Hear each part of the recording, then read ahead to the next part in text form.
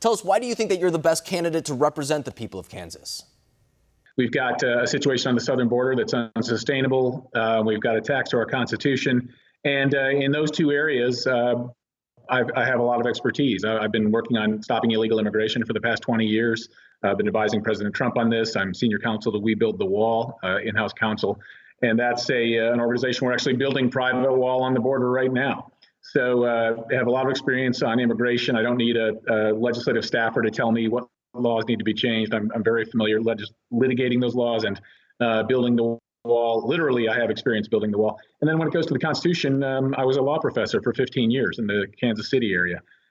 So I would hope that if I were elected to the Senate, I'd have the opportunity and honor to serve on the Senate Judiciary Committee and be making sure those judges really are constitutional originalists, not just people who know how to say the right answers to the question. So I think I could serve well in those two capacities.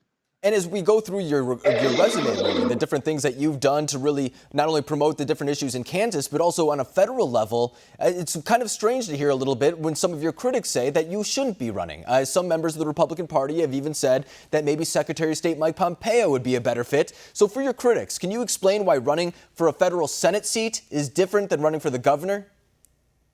I'm glad you asked that question. A lot of people in Washington, D.C. don't understand the really interesting history of Kansas politics. For the past better than 80 years, since 1932, Kansas has had a Republican streak. We've never lost a Senate race to the Democrats. So Senate races go very well for Kansas Republicans.